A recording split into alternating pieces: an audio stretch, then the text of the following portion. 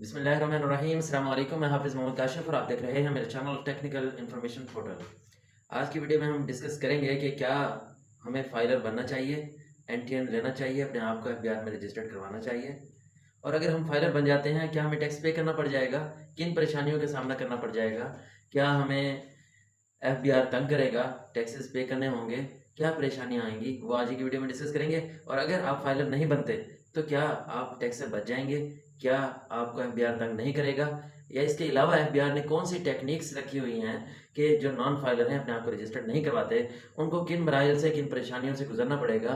कौन-कौन से उनकी हर्डल्स क्रिएट की जा रही हैं? और आगे क्योंकि बिल्कुल सोचा ही नॉन फाइलर्स के बारे में जा रहा है और क्या सोचा जा रहा है, क्या स्कीमें बनाई जा रही हैं, आज ही की वीडियो में हम डिस्कस करेंगे। लेकिन वीडियो स्टार्ट करने से पहले आपसे रिक्वेस्ट करूँगा हमेशा की तरह कि अगर आपने अभी तक मेरे channel technical information portal subscribe नहीं किया, सब्सक्राइब कर लें ताकि इसी तरह की वीडियोज़ आप तक मैं लाता रहूँ, मेरी मोटिवेशन होती रहे। तो फ्रेंड्स, अगर आप फाइलर हो जाते हैं, तो सबसे पहली बात ये है कि आपकी रिस्पॉन्सिबिलिटी है फाइलर होना। और फाइलर अगर आप हो जाते हैं, आपको पहला मसला ये पेश आएगा कि आपको हर साल अपनी टैक्स रिटर्न फाइल करवानी होगी। हर साल आप अपनी टैक्स रिटर्न फाइल करवाएँगे। टैक्स रिटर्न में क्या होता है, एक आप साइन अप होते हैं, एनटीएन नंबर लेते हैं एफबीआर से। एनटीएन नंबर जब आपके पास आ जाता है, एनटीएन नंबर आपका सीएनआईसी नंबर भी होता है, एनटीएन नंबर भी अलग होता है। जब एनटीएन नंबर आपके पास आ जाता है, तब क्या करते हैं, आप अपने आईआरएस अकाउंट में, एफबीआर के अकाउंट में अपना लॉगिन करते हैं यूज़र नेम पासवर्ड देकर और पासवर्ड के साथ आप वहाँ पर एक फॉर्म फिल करते हैं, जिसमें आप अपनी तमाम जो आपकी इनकम्स हैं, वो डिक्लेयर करते हैं। इनकम एक भी हो सकती है, जैसे किसी की सिर्फ सैलरी है। ये भी हो सकता है किसी की कोई इनकम ना हो। ये भी हो सकता है किसी की एक से ज़्यादा इनकम हो, सैलरी भी लेता हो, बिज़नेस इनकम भी हो, कहीं इन्वेस्टमेंट कर रखी है, बैंक प्रॉफ़िट है, शेयर्स वगैरह हैं, डिविडेंड है, अदर इनकम है, रेंटल इनकम है या कोई और इनकम है इसके अलावा, कैपिटल गेन इनकम है या फॉरेन रेमिटेंस आती है, गिफ्ट मिलता है, तो ये सारी चीज़ें एक रिपोर्ट बनाते हैं आपके इनफ्लोज़ कितने हैं। जब इनफ्लोज़ की रिपोर्ट बना लेते हैं, इनकम की रिपोर्ट बना लेते हैं, तो देखा जाता है कि 6 लाख से अगर आपकी इनकम क्रॉस करती है, तो उसके ऊपर टैक्स रेट अप्लाई होते हैं। टैक्स रेट स्लैब रेट्स हैं, डिफरेंट स्लैब रेट्स हैं, जो कि मैंने सेपरेट वीडियोज़ में आपको बताए हैं। वो अप्लाई होते हैं, वो टैक्स आपको पे करना पड़ता है। यही नहीं, उसके बाद आपको वेल्थ स्टेटमेंट बनानी होती है। यानी कि जितने भी इनफ्लोज़ हुए हैं, आपकी इनकम, गिफ्ट, रेमिटेंस या कोई और पैसे हैं, आपके जितने भी पैसे आए हैं, उनका हिसाब देना होता है कि ये पैसे आपने कहाँ किए हैं। या तो आपने खर्च कर लिए होंगे या उन पैसों से आपने कोई चीज़ परचेज़ कर ली होगी या आपके अकाउंट में पड़े होंगे या आपने किसी को उधार दे दिए हैं, ठीक है? ये जो पैसे हैं इसका आपने हिसाब देना होगा, क्योंकि जब ये आप हिसाब दे लेते हैं, ये हिसाब क्यों माँगता है? इनकम पे तो आपने टैक्स दे दिया, एफबीआर का काम भी टैक्स लेना है। जब ये हिसाब दे दिया तो फिर ये वेल्थ स्टेटमेंट क्यों माँगता है एफबीआर? इसलिए माँगता है कि आप अपनी इनकम कम शो करवाते हैं, लेकिन आपकी वेल्थ बढ़ रही होती है। फॉर एग्ज़ाम्पल आपने गाड़ी ले ली है, इनकम शो करवाई है सिर्फ़ आपने 6 लाख तक कोई टैक्स नहीं है, लेकिन गाड़ी आपने 30 लाख ले ली है। एफबीआर इसलिए पूछता है कि आप अपनी वेल्थ भी शो करवाएँ। अब आप अपनी वेल्थ में जब 30 लाख की गाड़ी लेंगे, तो एफबीआर कहेगा 30 लाख कहाँ से आई हैं? आपने उस इनकम का हिसाब लेना है जिस पे टैक्स पे किया है। जब आप अपनी वेल्थ छुपाएँगे, तो क्योंकि जब भी बड़ी चीज़ लेने लगते हैं, बड़ा एक्सपेंस करने लगते हैं, प्रॉपर्टी, गाड़ी या बाहर विज़िट करने लगें, एयर टिकट लें, तो टैक्सेस कट जाते हैं। उन टैक्सेस से रिपोर्ट चली जाती है एफबीआर को कि इस बंदे का इस प्रॉपर्टी के ऊपर इतना टैक्स कटा है, इतने की प्रॉपर्टी इसने ली है या ये इसने एयर टिकट लिया है। अब तो एफबीआर के पास बैंक का भी रिकॉर्ड मौजूद है। आपको कोई चीज़ छुपा नहीं सकते। ट्रांज़ैक्शंस का रिकॉर्ड मौजूद है, बैंक बैलेंस का रिकॉर्ड मौजूद है, कोई चीज़ नहीं छुपा सकते। तो इस वजह से एफबीआर को पता चल जाता है कि आपकी जो वेल्थ है वो तो ज़्यादा है, इनकम कम शो करवाई है, तो कहता है कि अपनी इनकम सेट करें, सही लिखें, आपको नोटिस भेजता है, अपनी इनकम सही लिखें, उसके ऊपर टैक्स पे करें, फिर आप अपनी गाड़ी भी वेल्थ में लिखें। अगर आप चीज़ें छुपा लेंगे, वेल्थ छुपाएँगे, एफबीआर को पता होगा, नोटिस भेजेगा, वो आपको मजबूर करेगा कि आप अपनी पूरी इनकम लिखें।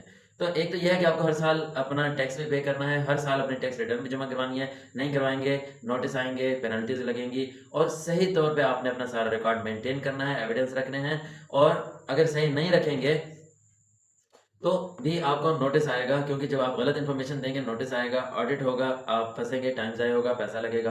तो आप सोचेंगे कि यार मैं तो एफबीआर के किस खाते में पड़ गया हूँ, टैक्स भी देना पड़ रहा है और ये परेशानियाँ भी उठानी पड़ रही है, नोटिस भी सिर्फ़ मुझे मिल रहे हैं, तो क्या करूँ इससे बच जाऊँ? तो आप कहते हैं कि यार अच्छा होता मैं एनटीएन ना ही लेता, रजिस्टर्ड ना ही होता। जो रजिस्टर्ड नहीं है, वो तो मौजें कर रहे हैं, उन्हें टैक्स भी पे नहीं करना पड़ता, उन्हें नोटिस भी नहीं आते। तो एफबीआर ने अब ख़ुसूसी तौर पे टारगेट किया है उन लोगों को जो कि अपने आप को रजिस्टर्ड नहीं करवाते। अब उन्हें क्या टैक्स नहीं देना पड़ेगा, या जो नहीं करवाते टैक्स नहीं देते? नहीं, ऐसा नहीं है। जो नहीं करवाते अगर प्रॉपर्टी परचेज़ करते हैं तो बेगुनाह ज़्यादा टैक्स देते हैं। अब तो जो फ़ॉरेन फाइलर होके टैक्स बचाया करते थे प्रॉपर्टी परचेज़ करने के लिए, उनके लिए भी कदगन लगा दी गई है, लेट फाइलर इंट्रोड्यूस करा दिया गया है। यानी कि फ़ॉरेन फाइलर होंगे, प्रॉपर्टी परचेज़ करेंगे तो उनको फ़ायदा नहीं होगा, कम फ़ायदा होगा। फ़ायदा होगा लेकिन कम फ़ायदा होगा। जो रेगुलर फाइलर हैं उन्हें बहुत ज़्यादा फ़ायदा होगा, उनका टैक्स मज़ीद कम कटेगा। ऐसे समझ लें कि जो फाइलर है उसको सिंगल टैक्स देना पड़ेगा, जो लेट फाइलर है यानी कि फ़ॉरेन फाइलर होके प्रॉपर्टी परचेज़ करता है डबल टैक्स पे करना पड़ेगा। जो नॉन फाइलर है ही नहीं, उसे बेगुनाह ज़्यादा परसेंट 20% तक टैक्स ज़्यादा पे करना पड़ जाता है, 20% तक टैक्स पे करना पड़ जाता है। तो बेशुमार टैक्स बन जाता है उसका, इतनी प्रॉपर्टी नहीं होती, बेशुमार टैक्सेस लग जाते हैं तो बहुत ज़्यादा वैल्यू हाई हो जाती है। तो इस वजह से टैक्स तो वो भी पे कर रहा है लेकिन किसी और अंदाज में पे कर रहा है। बैंक में इन्वेस्ट करता है तो 30% 35% तक का टैक्स उसे पे करना पड़ जाता है। जो फाइलर है उसे 15% का टैक्स पे करना पड़ता है। इसी तरह जो और चीज़ें हैं, परचेजिंग करेगा, कोई काम करेगा तो बहुत ज़्यादा विथहोल्डिंग टैक्सेस कट जाएँगे। अब उसे ऐसे लग रहा है कि मैं ये टैक्स सारे पे करते हैं, क्योंकि उसको नॉलेज नहीं है, वो सीखना भी नहीं चाहता। जो टैक्स रिटर्न फाइल करता है, वो उसके ऊपर कंसल्टेंसी चार्जेस तो आएँगे लेकिन लाखों हज़ारों रुपए उसका बचता भी है। पैसे उसके बच जाते हैं। वो टैक्स रिटर्न भी फाइल कर रहा होता है। वो एक ज़िम्मेदार सिटीज़न भी होता है, क्योंकि टैक्सेस के ऊपर कंट्रीज़ चलते हैं। जो बड़े से बड़ा मुल्क आप चले जाएँ जहाँ पर वहाँ पे टैक्सेस आपसे लेंगे, तो वहाँ फैसिलिटीज़ भी देंगे। यहाँ हमारे पास थोड़े से मसाइल ज़रूर हैं, लेकिन टैक्सेस तो पे करने होते हैं। जो नॉन फाइलर होता है वो भी ज़्यादा टैक्सेस पे कर रहा होता है, उसे पता नहीं चल रहा होता। तो नॉन फाइलर से बचें। अब क्या हुआ है, अब नॉन फाइलर जो भी होगा 1 जुलाई से 30 सितंबर तक का टाइम है। 30 सितंबर के बाद नोटिस आना शुरू हो जाएँगे कि सिम बंद कर दी जाएगी, उसका नाम कोई कनेक्शन है, यूटिलिटी मीटर है, गैस के कनेक्शन है, वो बंद कर दिया जाएगा, बैंक अकाउंट बंद कर दिया जाएगा। नोटिसेस आएँगे, परेशानी होगी और करवानी उसे फिर भी पड़ेगी। टैक्स उसकी विथहोल्डिंग हर जगह उसके ज़्यादा होंगे, कहीं बेनिफिट नहीं ले सकेगा, फॉरेन टूर नहीं कर सकेगा। फॉर एग्ज़ाम्पल वो बाहर जाना चाहता है, बाहर वीज़ा लग गया, बाहर उसे रोक लेंगे, बाहर नहीं जाने देंगे। क्योंकि उसे कहेंगे कि पहले आप फाइलर बनें, अपनी डिक्लेयर करें। फाइलर के और बहुत सारे फ़ायदे हैं। आप कहीं भी अपना इनकम सर्टिफिकेट प्रेज़ेंट करना चाहें, बाहर जाना चाहें तो उसके लिए आपकी टैक्स रिटर्न ज़रूरत होती है उसके लिए, और आपके टैक्सेस हर जगह बहुत कम कटते हैं। आप रिफ़ंड क्लेम कर सकते हैं, आप एडजस्टमेंट क्लेम कर सकते हैं अपनी टैक्सेस की। ज़रूरी नहीं है कि आपके ऊपर टैक्स बने। आप अगर किसी अच्छे कंसल्टेंट से करवाते हैं तो आपको डिडक्टेबल अलाउंसेस मिलते हैं, टैक्स क्रेडिट्स मिलते हैं, टैक्स बेनिफिट्स मिलते हैं, जो कि उन्हें पता होता है, जो कि इस फील्ड से टच हैं, जो कि ये काम करते हैं, अच्छे कंसल्टेंट हैं। तो आप अगर खुद करना चाहते हैं सीख कर करें, अदरवाइज़ आप सर्विसेज़ ले लें।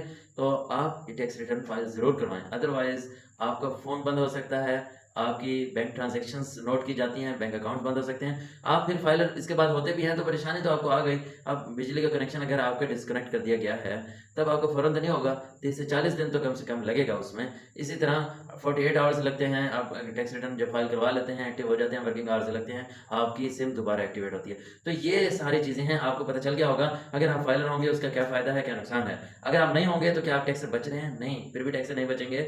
बाकी चीज़ें भी हैं। अब 100% तक टैक्सेस बढ़ाने की सोच रहे हैं, काफ़ी ज़्यादा टैक्सेस लगाने शुरू कर दिए हैं नॉन फाइलर्स के ऊपर। नॉन फाइलर्स को अब इसके बाद, इस टाइम के बाद मैं वीडियो भी अपलोड कर रहा हूँ। जो बजट आ रहे हैं, जो बजट आ चुके हैं, ज़्यादा नुकसान आते हैं। तो आप फ़ौरन फाइलर हों, अपनी टैक्स रिटर्न फाइल करें, और आपके जो ये टैक्सेस कट भी चुके हैं अगर ज़्यादा, तो आप क्लेम कर सकते हैं, एडजस्टमेंट ले सकते हैं। तो आप ज़रूर लें। उम्मीद करता हूँ आपको मेरी वीडियो पसंद आई होगी। अगर पसंद आई हो तो मेरे चैनल टेक्निकल इन्फॉर्मेशन पोर्टल को सब्सक्राइब ज़रूर कीजिएगा। इसके साथ ही हाफ़िज़ मोहम्मद काशफ को इजाज़त दीजिएगा। नेक्स्ट वीडियो तक के लिए अल्लाह हाफ़िज़।